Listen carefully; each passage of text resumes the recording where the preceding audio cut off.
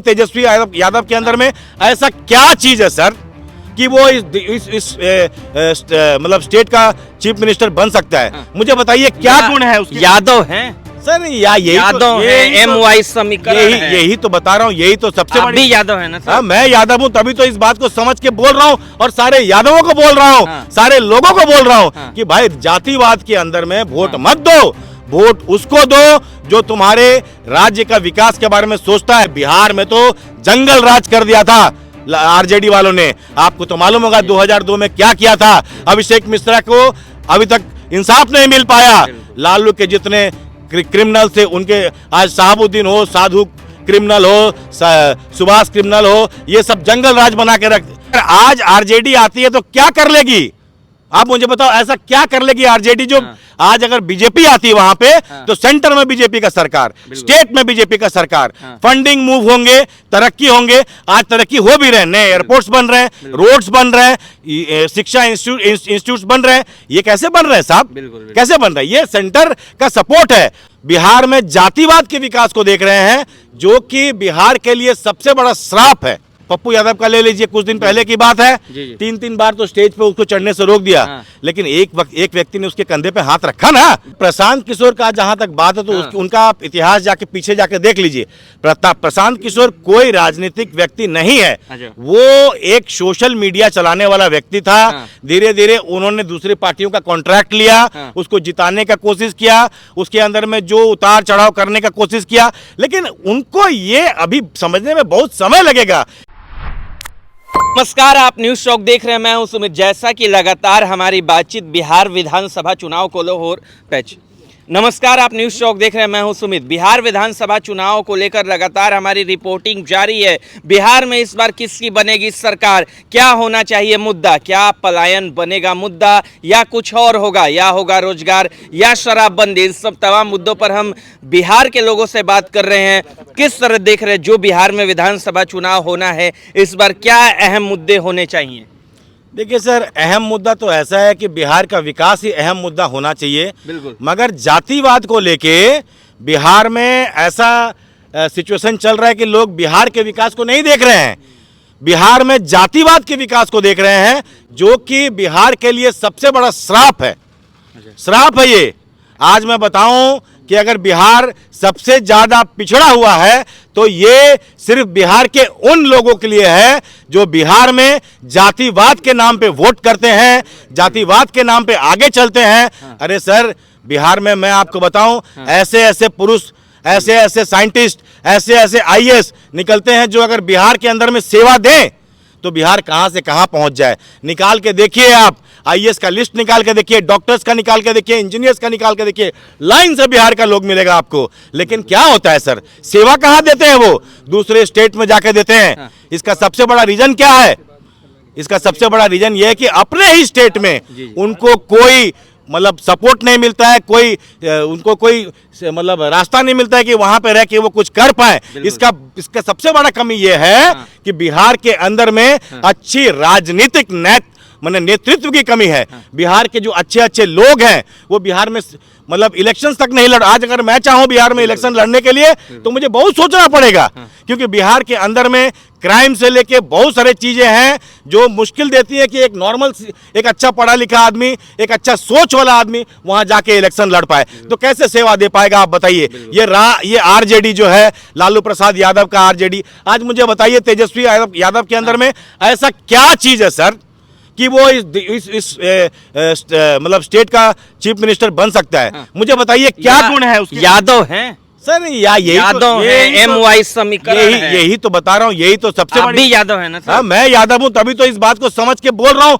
और सारे यादवों को बोल रहा हूँ, सारे लोगों को बोल रहा हूँ कि भाई जातिवाद के अंदर में वोट मत दो, वोट उसको दो जो तुम्हारे राज्य का विकास के बारे में सोचता है। एक राम भक्त है, एक युग पुरुष है हमारे देश में, माननीय नरेंद्र दास मोदी साहब। अब एक स्टोरी बताता हूँ साहब आपको। एक गांव में बाढ़ आया है ना, एक साधु तपस्या कर रहा था, पानी यहां तक आ गया, वो भागा नहीं वहां से। लोग दौड़ के आए कि चलो भाई डूब जाओगे, बोला नहीं मुझे भगवान बचाएगा। पानी यहां तक आ गया, नाव से आए, बिल्कुल बोले बाबा चलो, बोला नहीं मुझे भगवान बचाएगा। नाक तक पानी आया, हेलीकॉप्टर से आए, हाथ पकड़े, हाथ बढ़ाए कि भाई बाबा तुम डूब जाओगे। नहीं भागा भाई, मुझे भगवान बचाएंगे, और डूब गया। ऊपर स्वर्ग में जाके बोला भगवान आपने तो मुझे बताया नहीं। तो भगवान ने बोला कि भाई मैं तो 3 रूप में आया, अपना हाथ तक बढ़ाया। अबे तू हाथ नहीं पकड़ा तो मेरा क्या दोष है? हाथ बढ़ाने वाला सामने आ रहा है, मोदी जी का हाथ पकड़ो आप लोग। अगर मोदी जी का हाथ पकड़ोगे तो विकास का तरफ, बिहार का तरक्की होगा, विकास होगा। अगर जातिवाद की तरफ जाओगे तो गर्त में जाएगा बिहार, और गर्त में जाएगा। इसीलिए याद रखना मेरे दोस्तों, मेरे भाइयों, कि आज के समय में अगर कोई पुरुष है जो बिहार को विहार बना सकता है, जो बिहार को रहने लायक जगह बना सकता है, तरक्की दे सकता है, भविष्य युवाओं के भविष्य के बारे में सोचता है, देश के बारे में सोचता है, धर्म के बारे में सोचता है, तो वो केवल एक ही पुरुष है, नरेंद्र दामोदर दास मोदी। उनको वोट दो, उनको समझो, उनको पहचानो। लाख संभलने के बाद में आदमी गिर जाता है साहब। बिहार के लोग गिर रहे हैं, उठ रहे हैं, गिर रहे हैं, उठ रहे हैं। लाख संभलने के बाद भी आदमी गिर जाता है, मगर जो झुक के उठा ले उसे वही खुदा कहलाता है मेरे दोस्तों, वही साधु कहलाता है मेरे दोस्तों, वही भगवान कहलाता है मेरे दोस्तों। तो उनको वोट दो, समझो, पहचानो। अरे बिहार में तो जंगल राज कर दिया था आरजेडी वालों ने। आपको तो मालूम होगा 2002 में क्या किया था। अभिषेक मिश्रा को अभी तक इंसाफ नहीं मिल पाया। लालू के जितने क्रिमिनल थे उनके, आज साहबुद्दीन हो, साधु क्रिमिनल हो, सुभाष क्रिमिनल हो, ये सब जंगल राज बना के रख। आपको तो मालूम होगा सर, 2002 में जब रोहिणी आचार्य की शादी हो रही थी तो कैसे वो शोरूम को लूट रहे थे, फर्नीचर के दुकान को लूट रहे थे। फूल वाले बच गए साहब, फूल तो सिंगापुर से आया था। ठीक है, तो अब मैं ये बताऊं आपको कि इस और जो आईएएस होते हैं, कलेक्टर्स होते हैं, इनके हाथ से कार्ड बंटवा रहे थे साहब, पेट्रोल पंप में जबरदस्ती पेट्रोल भरवा रहे थे। इस प्रकार का अगर अराजक तत्व देश को चलाएंगे तो देश कहां से तरक्की करेगा? देश को चाहिए एक ऐसा साधु योगी। हमारे जो उत्तर प्रदेश के सीएम हैं योगी आदित्यनाथ, वैसा एक युग पुरुष, वैसा एक व्यक्ति जिसके पास सोच हो, जिसके पास समझ हो, जिसके पास अंदर में भावना हो राष्ट्र को, बिहार का तरक्की कराने के लिए, वैसा पुरुष एक बिहार में आवश्यक है। और आपने जो बात कही आप सही करें, लेकिन एक सवाल है कि यहाँ बात होती है कास्ट पॉलिटिक्स की, तो कास्ट पॉलिटिक्स से कैसे बाहर निकला जा सकता है? आज तेजस्वी यादव बिहार में जाके घर घर चिल्ला रहे हैं कि आप यादव हो, कि यादव को वोट दीजिए, मुस्लिमों को एकत्रित कर रहे हैं, तो आखिर बीजेपी क्या करे? क्या रोजगार, क्या विकास मुद्दा रहेगा? वहाँ के लोग तो ये कह रहे हैं कि नरेंद्र मोदी तो देश के प्रधानमंत्री है, उन्होंने वो बिहार के लिए क्या करेंगे? सर एक बात बताओ, बिहार कहाँ है? भारत देश में ही है ना सर। अगर आज आरजेडी आती है तो क्या कर लेगी? आप मुझे बताओ, ऐसा क्या कर लेगी आरजेडी जो आज अगर बीजेपी आती है वहां पे तो सेंटर में बीजेपी का सरकार, स्टेट में बीजेपी का सरकार, फंडिंग मूव होंगे, तरक्की होंगे। आज तरक्की हो भी रहे हैं, नए एयरपोर्ट्स बन रहे हैं, रोड्स बन रहे हैं, शिक्षा इंस्टीट्यूट्स बन रहे हैं। ये कैसे बन रहे हैं साहब? कैसे बन रहे हैं? ये सेंटर का सपोर्ट है। और एक और बताऊं, बिहार इतना पिछड़ा हुआ आज के समय में है तो सिर्फ ये जातिवाद की वजह से है।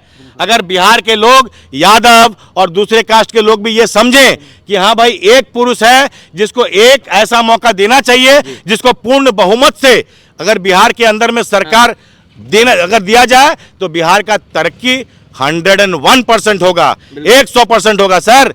नहीं तो वही हाल होगा सर जो हो रहा है, नरसंहार होगा, क्राइम होगा, मर्डर होगा, यही सब हो रहे हैं बिहार के अंदर में सर।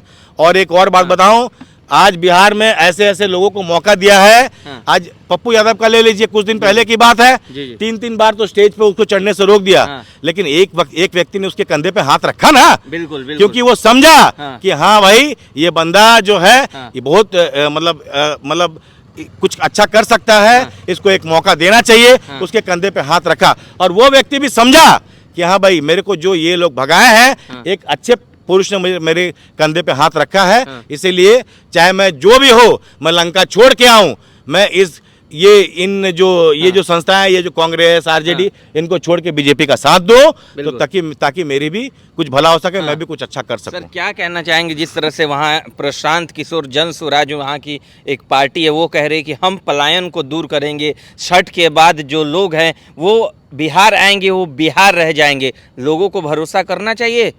देखिए प्रशांत किशोर का जहां तक बात है तो उनका आप इतिहास जाके पीछे जाके देख लीजिए।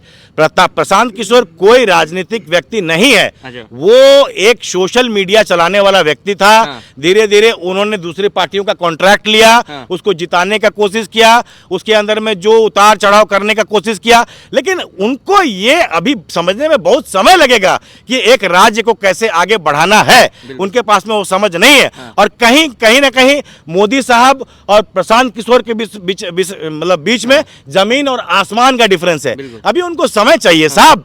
The wood is lonely, dark and deep, but I have promised to keep, and miles to go before I sleep, and miles to go before I sleep। ये मोदी साहब का सोच है और आगे बहुत उनको करना है, वो करके दिखाएंगे साहब। धन्यवाद। बिल्कुल बिल्कुल धन्यवाद, आपने समय दिया। तो आप जिस तरह से सुन रहे थे, इन्होंने साफ कहा कि बिहार में विकास की गंगा बहेगी और वो विकास की गंगा प्रधानमंत्री नरेंद्र मोदी के नेतृत्व में बहेगी।